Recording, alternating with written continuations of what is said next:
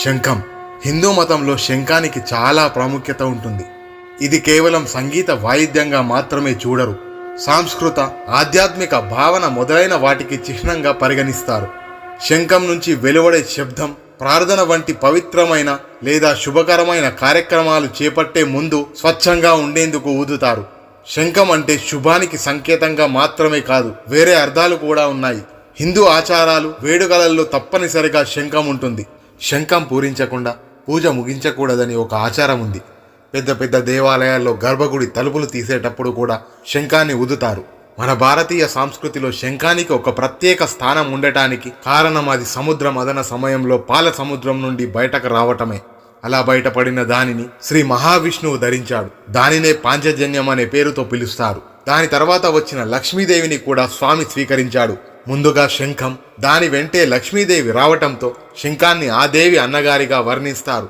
దేవుడి గదిలో శంఖం పెట్టి దానిలో నీరు నింపి ఉంచటం వల్ల శుభాలు జరుగుతాయని ఒక నమ్మకం. ఈ శంఖంలో 2 రకాలున్నాయి. ఒకటి దక్షిణావృత శంఖం, రెండవది వామావృత శంఖం. దక్షిణావృతి శంఖాలని ఎక్కువగా పూజా విధానంలో వాడుతారు. ఇవి తెలుపు రంగులో ఉండి దాని మీద కాఫీ రంగు గీత ఉంటుంది. ఇది కుడివైపు తెరుచుకొని ఉంటుంది. ఈ శంఖంలో నీరు నింపి సూర్యుడికి దారపోస్తే కంటికి సంబంధించిన రోగాలు తగ్గుతాయి. ఎడమవైపు తెరుచుకొని ఉండే శంఖాన్ని వామావృత శంఖం అంటారు. ఇది పేరుకి తగ్గట్టు ఎడమవైపుకి తెరుచుకొని ఉంటుంది. అన్ని పూజా విధానాలలో మనం తరచుగా వాడేది దీనినే. ఇది ఇంట్లో ఉంటే దుష్టశక్తులు ఆ దరిదాపులకి కూడా రావట.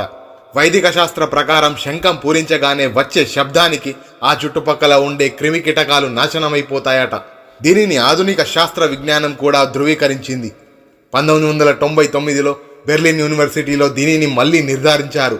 ఈ శంఖధ్వనికి 2600 అడుగుల దూరంలో ఉండే క్రిములు కూడా స్పృహ తప్పి పడిపోతాయట.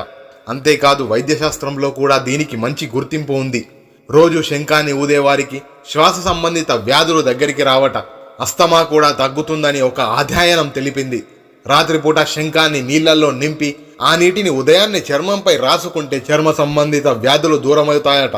ఇంట్లో దీనిని ఉంచుకోవడం వల్ల వాస్తు దోషాలు ఉన్నా అవి తొలగిపోతాయి. శంఖాన్ని కాల్చగా వచ్చే భస్మం వల్ల అనేక రోగాలు నయమవుతాయట. ఈ శంఖాల వల్ల ఆయువృద్ధి, లక్ష్మీ ప్రాప్తి, పుత్ర ప్రాప్తి, శాంతి, వివాహ ప్రాప్తి కలుగుతాయనే ఒక నమ్మకం. శంఖాలలో అనేక రకాలున్నాయి. అందులో గోముఖ శంఖం ఒక్కటి. ఇది ఆవు మొహం ఆకారంలో ఉండటం వల్ల దీనికి ఆ పేరు వచ్చింది. గోముఖ శంఖాన్ని పూజించిన వారికి మనసులో ఉన్న కోరికలు తీరుతాయి. దీనిని షాపులో ఉంచుకొని పూజించిన వారికి రోజు వ్యాపార ధనాభివృద్ధి కలుగుతుంది. శంఖం ఏదైనా దానిని మాత్రం ఎప్పుడూ బోర్లించి ఉంచకూడదు. కొంతమంది తమ ఇళ్లల్లో దక్షిణామూర్తి శంఖాన్ని పూజ గదిలో పెట్టుకుంటారు. శంఖం మహావిష్ణువు, లక్ష్మీదేవి ప్రతీగా భావిస్తారు. విష్ణువు పాంచజన్య అనే తన శంఖాన్ని పట్టుకొని కనిపిస్తాడు. భగవద్గీత చెప్పిన దాని ప్రకారం మహాభారత యుద్ధం ప్రారంభానికి ముందు శ్రీకృష్ణుడు శంఖాన్ని ఊదాడు. దీనికి సంబంధించిన చిత్రాలు కూడా చాలా చూస్తూనే ఉంటాం. చరిత్రలో శంఖం గొప్ప యుద్ధాల ప్రారంభాన్ని తెలియజేయడానికి ఉపయోగించబడింది. కర్తవ్యానికి పిలుపు, చెడుపై మంచి విజయాన్ని సూచిస్తుంది. శంఖం వెనుక ఒక చిన్న కథ కూడా ఉంటుంది. వేదాలు చెప్పేదాని ప్రకారం శంఖాసురుడు అనే రాక్షసుడిని ఓడించిన తరువాత విష్ణువు ఆ రాక్షసుడి శంఖకార చెవి ఎముకని తీసుకొని ఊదాడు. అప్పుడే దాని నుంచి ఓం అనే శబ్దం ఉద్భవించిందని అంటారు. స్వచ్ఛతకు చిహ్నం. శంఖం ద్వారా వెలువడే ధ్వని పర్యావరణాన్ని శుద్ధి చేస్తుంది. ప్రతికూల శక్తులను దూరం చేసి సానుకూలతని తీసుకొస్తుందని నమ్ముతారు. మతపరమైన ఆచారానికి ముందు ఇది ఊదినప్పుడు పరిసరాలు శుభ్రపరిచే సాధనంగా పరిగణించబడుతుంది. దైవిక కార్యకలాపాలకి అనుకూలంగా ఉంటుంది. శంఖం స్వరం దైవానికి పిలుపు లాంటిది. మతపరమైన వేడుకలు ప్రారంభించే ముందు శంఖం ఊదారంటే దేవతలని ఆహ్వానించినట్టు అర్థం. ఈ శబ్దంతో ఆరాధకుడికి దైవానికి మధ్య సంబంధం ఏర్పరుస్తుందని నమ్ముతారు. ఇప్పుడు దేవాలయాల్లో శంఖం ఎందుకు ఊదుతారనే విషయాన్ని తెలుసుకుందాం. హిందూ దేవాలయాల్లో హారతి లేదా పూజ వంటి రోజువారీ ఆచారాల ప్రారంభానికి గుర్తుగా శంఖాన్ని ఊదుతారు. కొంతమంది బ్రహ్మముహూర్తంలో నిద్రలేచి పూజ చేసుకొని శంఖం ఊదుతారు. ఇలా చేయడం వల్ల ఇల్లు శుద్ధీకరణకి ప్రతీగా చెబుతారు. దీపావళి, నవరాత్రి, దుర్గా పూజ వంటి పండుగల సమయంలో కూడా శంఖాన్ని ఊదుతారు. దీని శబ్దం ఉత్సవాల ప్రారంభాన్ని సూచిస్తుంది. ఆధ్యాత్మిక సారాన్ని గుర్తు చేస్తుంది. శంఖాన్ని ఊదడం వల్ల రాజసిక్, తాంత్రిక్ మూలకాలు వాతావరణంలో ఉన్న ప్రతికూల శక్తుల్ని తొలగించి వేస్తుంది.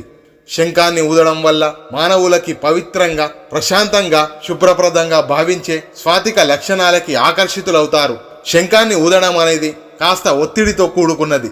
శంఖం ఊదే సరైన మార్గం ఏంటో ఇప్పుడు తెలుసుకుందాం. శంఖం ఊదడం వల్ల ఊపిరితిత్తుల కండరాలు, మలకండరాలు, ముఖ కండరాలు మొదలైన వాటిపై ఒత్తిడి పడుతుంది. అజాగ్రత్తగా ఊదడం వల్ల కన్ను, చెవి కండరాలు కూడా దెబ్బతింటాయి. అందుకే శంఖం ఎలా ఊదాలో తెలుసుకోవడం చాలా ముఖ్యం. శంఖం ఊదేటప్పుడు చాలా మంది ముక్కుతో కాకుండా నోటి ద్వారా గాలిని పీల్చుకుంటారు. కానీ ఇలా చేయడం వల్ల పొట్టలోకి గాలి వెళ్ళి ఎక్కువసేపు నిలవదు. అందుకే శంఖం ఊదుతున్నప్పుడు తప్పనిసరిగా ముక్కు ద్వారానే గాలి పీల్చుకోవాలి. శంఖం తప్పుగా ఊదడం వల్ల ఆరోగ్య సమస్యలు తలెత్తుతాయి. అందుకే వృద్ధులు, హెర్నియా లేదా అధిక రక్తపోటుతో బాధపడే వ్యక్తులు శంఖం ఊదకూడదని నిపుణులు సలహా ఇస్తున్నారు. ఎందుకంటే ఈ చర్య అవయవాల మీద అధిక ఒత్తిడి తెస్తుంది. ఏ ఇంట్లో శంఖాన్ని దేవుడి గదిలో ఉంచి పూజిస్తారో ఆ ఇల్లు ధనధాన్యాలతో తులతూగుతుందట. ఇన్ని ఉపయోగాలున్న శంఖాన్ని పూజించడం, ఆరాధించడం, పూజా విధానాలలో ఉపయోగించడం ఎంతో మంచిది. ఇవి శంఖం వెనుక ఉన్న ప్రత్యేకతలు. మరో వీడియోలో మళ్ళీ కలుసుకుందాం. అంతవరకు సెలవు.